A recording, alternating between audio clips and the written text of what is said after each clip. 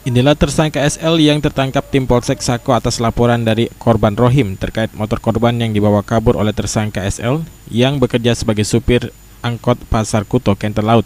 Dalam pemeriksaan, tersangka SL terkuak modus yang digunakan tersangka SL dengan berpura-pura meminjam motor korban yang sering ngojek di kawasan Simpang BLK. Karena motor tersangka rusak, sehingga korban pun meminjamkan motornya kepada tersangka dengan alasan tersangka SL akan memberi obat. Saat pulang, tersangka SL berdalih jika motor yang dipinjamnya hilang. Korban dan tersangka pun kemudian melapor ke Polsek Sako. Yang ikut dari saya dari pagi sampai ke siang, udah lepas saya wajar, nanti saya juga sekalian mau putar nanti saya bayar katanya. Ya udah, saya nggak punya pikiran apa-apa. Saya bawa motor tuh sampai 4 tokel langsung ke Kuto. Udah sampai Kuto, mau muter saya disuruh turun, atau motor bolaan sama dia, Pak. Sama siapa, Pak? Pendi, Pak. Kenapa gitu yang ditangkap? Ya karena yang Sama korban Kito dulu? Iya. Kito sama Andy baru? Iya. Oh, saya itu. Motor apa, Pak?